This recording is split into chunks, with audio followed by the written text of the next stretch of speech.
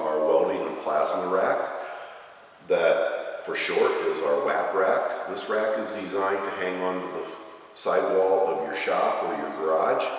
And today we're going to open this box and we're going to set this up for a hypertherm plasma cutter.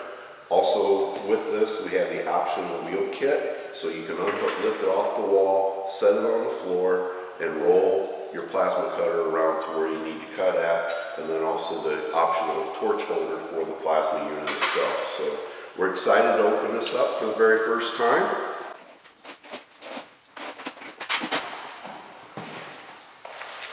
So in it comes your stickers for your WAP rack. Thank you from ARC Solutions for doing it. That's an ARC Solutions sticker. We also have a scan code that you just scan it with your phone, take the photo, and it downloads all the instructions for assembly.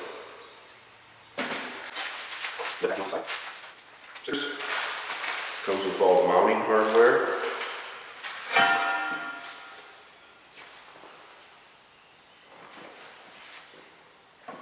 Shelf for the plasma unit itself. I'm going to set it here on the workbench. These are the racks that are going to mount onto the mounting plate that we put on the wall.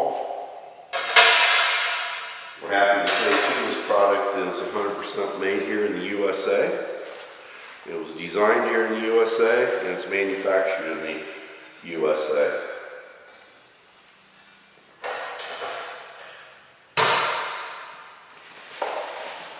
And finally, this is our rack that we mount up against the wall.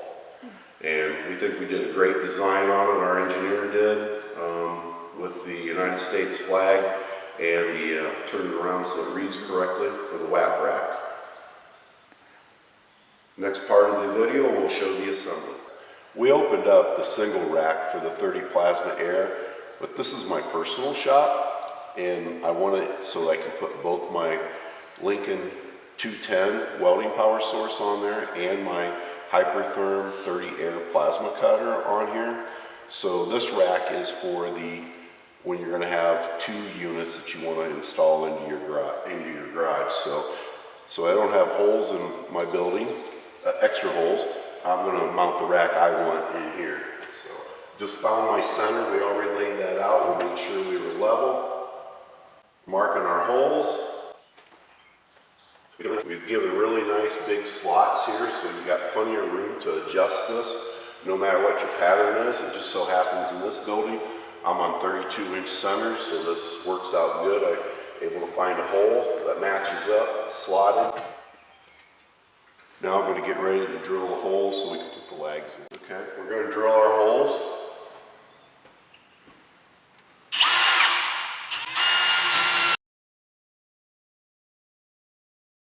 So I'm ready to put my first lag in. I got it braced up, it's level.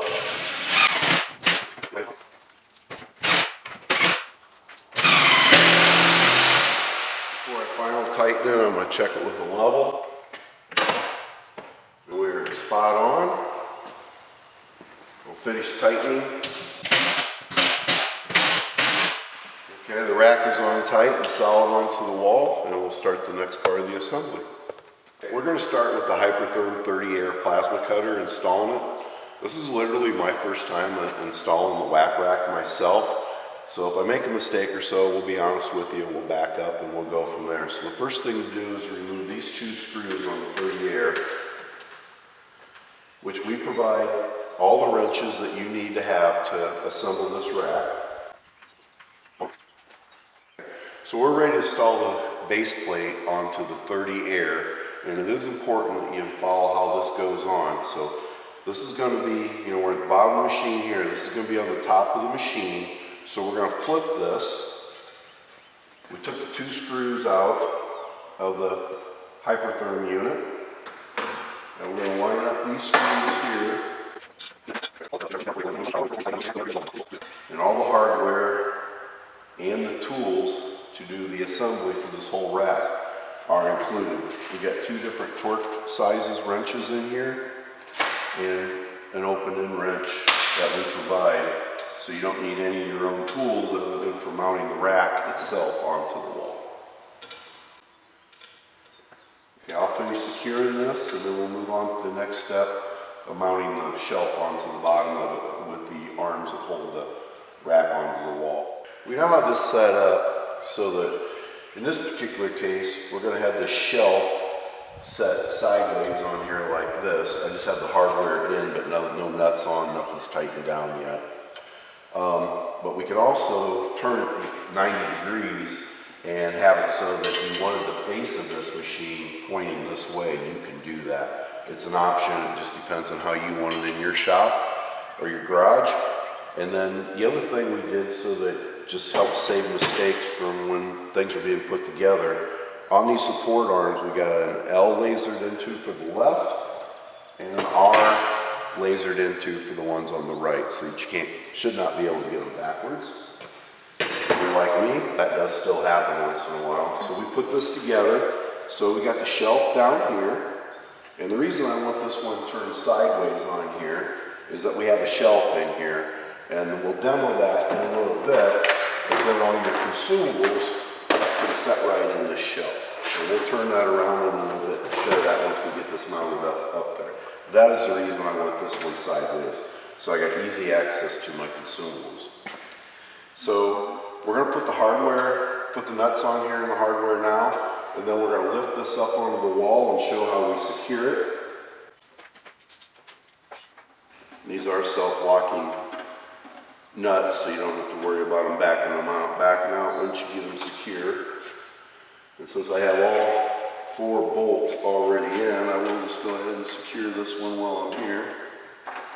And this is the wrench that's provided along with the hardware set.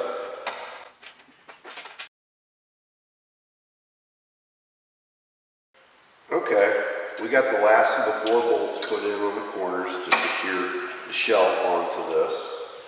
And then I also attached the locks that we use for when we hang it up here. So if you order the regular kit, there's another bolt that goes in here just like this. You put the bolt in so it locks, so you can't bump it with your shoulder, or it can't fall off the wall. That's the main thing. We don't want it to fall off the wall. But I prefer, for what I wanted for my setup, is the optional quick release. So push the button, put that in there, and that locks that in. That's how we're going to hang this on the wall. And then the other thing to mention is I had to take a back step. On the Hypertherm unit, the factory screws that came with mounting this top plate, I put the same original factory screws in. I failed to realize that we provide another set of screws that are longer to give a better bite and hold that plate on more secure. So we took that off, we redid that, and now we're up to this step here. So unlike everybody else, I make my share of mistakes. So now we're ready, we have this ready to go. I'm going to pick up the cables so I don't trip on them. Yeah, I'm going to take, and I'm going to lift this 30 air, Hypertherm 30 air, up onto my rack.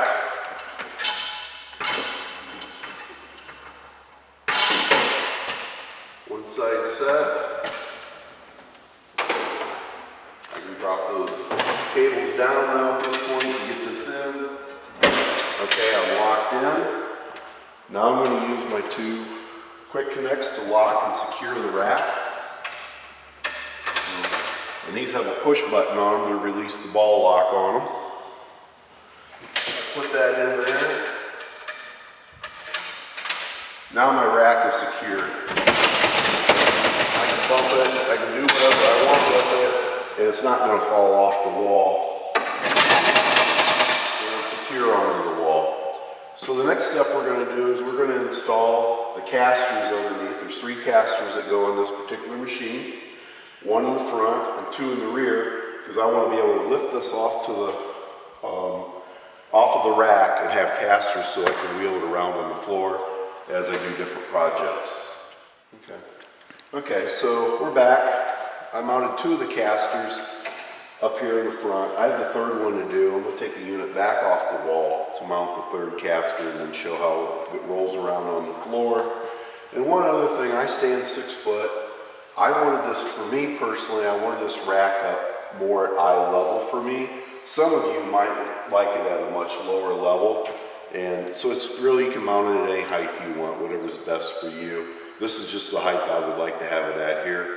We also put on one of the WAP rack stickers on the plasma unit itself. So we'll come back here in just a minute when we have that third caster installed. Okay, so we got the 3 casters mounted underneath to do it.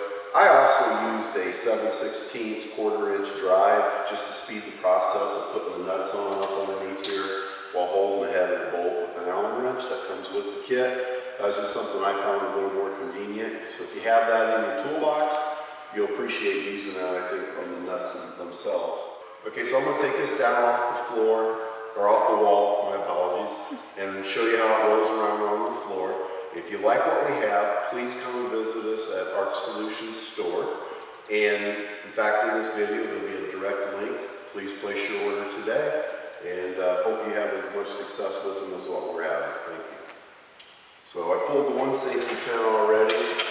There's a second safety pin. The nice thing about these locks, they automatically fall back. They're not in your way when you want to lift this off. I just put a hand underneath it and put it on top. I lift it off. And then, so if I want to, the front of the machine is here. So if I want to roll it and work around with it, I can do that. And then when I'm done with it, I just lift it up again, the same thing, down on the bottom, hand on top, find the first hole, second hole, pop in my safety pins. The unit is nice and secured on the wall, and there is your WAP rack for your 30-air plasma cutter. Wanted to also show you the advantages of having the shelf on here. It is an option, but you have that in here, and then this is the power cord for the 30-air to convert it to 115 volts AC from 240, and you can store all that in here, anything that you may have when you have that in there. So we're back. This is the Lincoln 210 mounted on the base plate made specifically for the Lincoln 210 power source. It doesn't matter whether you order the Miller, the Lincoln 215 or whatever, we make the plate customized to your machine. So in this particular case, I did not add the shelf on this machine.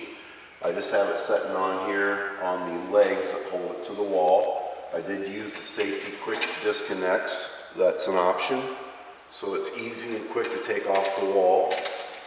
You do mount the legs to the base plate first, and then you mount the welder on top of this, which is 2 bolts, 2 1/4-20s. They're on this side of the machine, and we will take another video here to show you where they're at. But they're easy access, easy to get to, and then this machine lifts on and off the rack just like we would conventionally.